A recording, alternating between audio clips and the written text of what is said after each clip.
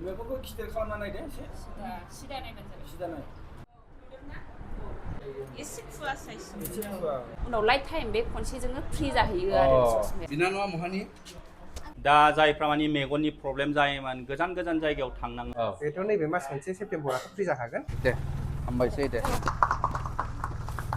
खुलुमबाय लोगोफोर दिनैहाय आरोबाव जोंनि आमटेका ओनसोलनि थाखाय जोबोद गोजोनथाव खौरां आरोबाव जोंनि आमटेका ओनसोलावहाय दिनैहाय गोदानै बेखेवबावबाय मोनसे मेगननि चेकआप खालामग्रा जायगा बा मेगननि डक्टर बुंनांगोन जायखौ बुंदों ADC Vision गोबां मानसिनावहाय मेगननि बेमारफोर थायो गोजान गोजान जायगायाव थांना चेकआप खालामनांगौ जायो दा बेनिखाय बे फेसिलिटिखौ लाबोदों ADC Vision Centre बेयो लकेशना जाहैबाय ओरैहाय आमटेका बाजार मेन जिटि ओरैहाय नैबेवहाय थिनालि बायदि दं फाख्रि बेनिफ्राय खोलाहा जिथु मैगं बाजार बेदर मैगं थाइगं फानग्रा नैबेनि साखाथियावनो नैबे गोदान न'आवहाय दङ नैबे ADC Vision Centre बेयो जाहैबाय जोंनि आमटेकानि नै नायनो हागोन दा अपेनिं जानानैहाय दा माखासे फ्रि चेकआप सोलिगासिनो दं नैबेवहाय दा नायनो हागोन नमस्कार सारजी नैबे सासे डक्टर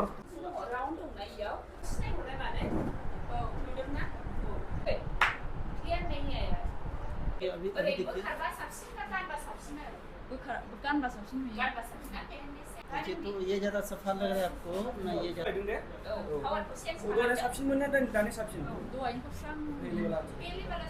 बे बिदिनो खाथियाव हिनजावफोरा मेगन सोनाय मेगन जुजाय बासिनायाव गोरलै गोरलैखौ खामानि होयो मेगनखौ गिदिर खालामना नायदो एसे सिदा नायबानो मेरा आसाम में काम करके 7 साल हो गया है अच्छा आप मतलब आप कहाँ का है सर जी मेरा ओरिजिन बिहार में रहते थे लेकिन मैं कोलकाता से पास आउट किया हूँ कोलकाता मेडिकल कॉलेज डिग्री वहाँ से किया हाँ डिग्री वहाँ से लिया हूँ उसके बाद पटना मेडिकल कॉलेज से लिया हूँ उसके बाद यहाँ से आपका 7 ईयर से मैं बोडोलैंड में ओनली काम कर रहा हूँ अभी तक अभी क्या काम करेगा हमारा आमटेका में काम करेगा यहाँ पे हाँ मैं भी रहूँगा दूसरा डॉक्टर भी रहेंगे बिनानावा महानि काजलगावनि ना काजलगावनि ओमफ्राय बेयाव खामानि मावसिगोन दिनैनिफ्राय फार्स्ट ना मोजां बेयाव थागोन नोङो बबेनिफ्राय थागोन काजलगावनियाव मोजां नोंस्रा मालाय बिराद दाब दाब जायगायाव ब्रान्च दं नालाय काजलगाव थागोन मा नाम नोंना रुबिथा मोसाहारि माने बर' सिंग्रिफ्रा इउथफोरा माने बेवहाय एंगेजमेन्ट मोनदों फंबाया आं काजलगावनिखा नोंबो काजलगावनि औ काजलगाव थायो अबे सेन्टाराव जों बे काजलगावनि सेन्टारावनो थायो आरो मेन सेन्टार मेन सेन्टाराव काजलगाव मेन सेन्टार जाहैबाय जोंनि ओमफ्राय बे जाहैबाय जोंनि ब्रान्च जाहैबाय आरो ओरै ब्रान्चआ जोंना बिजनि दंहैयो बेंटल दंहैयो ओरै बाहाय आमथिखौ फैबाय दा ओमफ्राय नैबे सान्तिपुराव दंहैयो आरो दा औ बेंटलाव दङ आरो दा औ बिदिनो आरो बानायलांबावगोन जोंना ओरै मोनसे टारगेट दंबावो मोनसे सेरफांगुरियाव दंबावो आरो जोंना चेम्बारा जाबावगोन आरो बे मास मोनथामनि गेजेराव जागोन आरो जोंना सेरफांगुरियाव ओमफ्राय नैबेवहाय सासे एक्टिभ स्टाफ दंबावो नै बिनानावा बिराद एक्टिभ बियो मा नाम बिनानाव आंना समायना बसुमतारी बबे सेन्टाराव मावो काजलगाव एडिसियावनो थायो काजलगावनियाव मेन सेन्टाराव न'आ आंना जाहैबाय बे काजलगाव बरंफारायावनो दा जोंखौ केम्पनि थाखाय लादों आरो केम्पआव थारमाने जोङो गामि केम्प खालामहैयो नालाय बेनि थाखाय लादों आरो आंखौ आच्छा केम्प खालामनाय प्रग्राम खालामनायावहाय बेखौ नोंसोर नायनांगौ जों नायनांगौ जाबाय डाक्टार थांफायो जों 3 स्टाफ थाङो आरो बिदिनो जोङो हेल्पार हिसाबै थांबाय ओमफ्राय बिदिनो गामियाव थांनाया जाहैबाय फ्रि चेकआप जायो ओमफ्राय जाय मेडिसिनफ्राबो फ्रि जाबाय ओमफ्राय सोरनाबा बिदिनो ससमाफोर लायोबा गावनि फैसाजों एसे थांबाय आरो बेबायदि जाहैबाय बिदिनो मानलुनाय मोदै गनायफोरनि मेडिसिनखौ जोङो फ्रियाव होबोबाय बेबायदि जायो आरो गामियाव थांनाया जों गावबुराफोरजों कन्टेक्ट खालामनानै थांनाय जायो आरो जायगा ना जायगा फुरा जोङो केम्पआ चिरां डिस्ट्रिक्टखौ बेरायनाय जायो आरो चिरां क'क्राझारखौबो माबाबाय आरो थांनाय जायो बेनिफ्राय नोंसिनि सेन्टारफोरावहाय मा फेसिलिटि होयो ओरैनो मेगननि जोंनि सेन्टारफोरावथ' बिदिनो फैनानै नायजाफैनो हाबाय नायजानायाव फार्स्टआव जोंना बिदिनो फैजेननायाव 300 भिजिट खालामो आरो बेनिफ्राय नायनानै डक्टराबो जेब्लायबो थाबाय थाखाबाय सेन्टारावनो थाबाय थायो फैबानो मोनो ओमफ्राय जाय बिदिनो पावारफ्रा नोङो नायजानानै पावारफोर दिहुननानै नायजाखांनानै बेबायदिनो ससमाफोर इउज खालामनो हाबाय मोननो आरो ससमाया मा रोखोमनि लेन्सफोरखौ लानो बेखौ मोनजोबो आरो गासिबो ओमफ्राय जायो बेबायदिनो ससमा लाखांनायनि उनाव जाय जोंना भिजिटआ फार्स्टआव खेनसेल' लायो नालाय उनाव लाइफ टाइम बे खनसेजोंनो फ्रि जाहैयो आरो ससमाया खेबसे रेजिस्ट्रेसन खालामबानो खनसेल' बेजों नायबाय थानो लाइफ टाइम चेकआपआ फ्रि जाहैबाय आरो भिजिट चार्ज लाला आरो बेबायदि जाहैबाय आरो जोङो गोजाननिफ्राय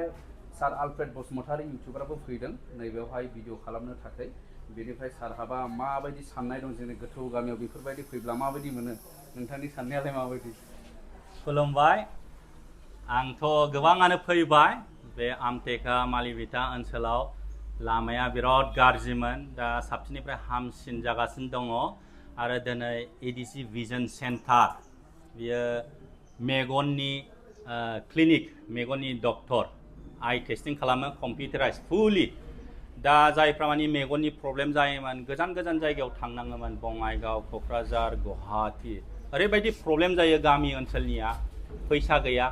थांलाय फैलायावनो बिराद खस्थ' आरो लामायाबो मोजां नङा आरो पाब्लिक गारिफ्राबो बांद्राय गैया जायफ्रा गारि मटर थाबाय फैसा थाखा गोनां थाबाय बिसोरनि थाखायल' इजिमोन नाथाय दिनै ADC Vision Centreआ जोंनि बे एकदम रिमट रुरेल एरियायाव फैनानै बेफोरबायदि सुबिदाखौ होबाय जोबोद मोजां जाबाय दा बिनि थाखायनो नोंथांमोनहा जायफ्रा बे आमटेका ओनसोलनि साखाथियाव थानाय जेरै मालिबिटा बिटिनि खयला मयला नोंथांमोनहा गोजानाव थांनांलायला नोंथांमोनहा जेसेबांखि मेगननि चेकआपफोर मेगननि ट्रिटमेन्टफोर नोंथांमोनहा बे आमटेकानि ADC Vision Centreआवनो नोंथांमोनहा चेकआप खालामफैजानो हासिगोन फाहामफैनो हासिगोन दा नोंथांमोनहा फैदो बिथाङा जाहैबाय अनार माने बे सासे काइन्ड अफ स्टाफ आरो माने मेनेजमेन्ट खालामग्रा स्टाफ बेनिफ्राय बेवहाय मा रोखोमनि ससमा दं ओरैनोथ' बिसोरो ब्रेन्डेड फ्रेम गोलैयो आरो ब्रेन्डेड ब्रेन्डेड नर्मेल बिदिनो ग्लासजों माजोंबा फ्रेमजोंबा 700निफ्राय स्टार्ट खालामगोन आरो 700निफ्राय जागायगोन आरो बेनिफ्राय नोङो 700आवनो लेन्सबो फ्रेमबो बिदिबो मोनगोन अके बेनिफ्राय स्टार्ट जाबाय बेनिफ्राय बेसेबां हागौ गावसोरनि सायाव जाहैबाय आरो दा जोङो फ्रेमखौ दा एसेल' लाबोनो हादों गोदान ना लासैनो लाबोबावगोन जोङो आच्छा औ बे जास्ट श'नि आरो ओरैनो श'नि थाखाय लाबोबावगोन लाबोजोबनो हायाखै नालाय दिनैसो फार्स्ट टाइम नालाय बेनिफ्रायनो भिजिटफोरखौबो जों फ्रि खालामदों मास मोनसेनि थाखाय बेनिफ्राय फिटिंनि बेलायाव माबायदि फिटिंनि बेलायावथ' जोङो बिदिनो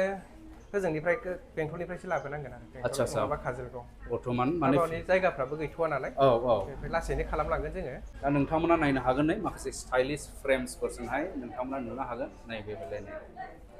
बेलाय रोखोमनि आरो सानग्लासफोरबो दङ नै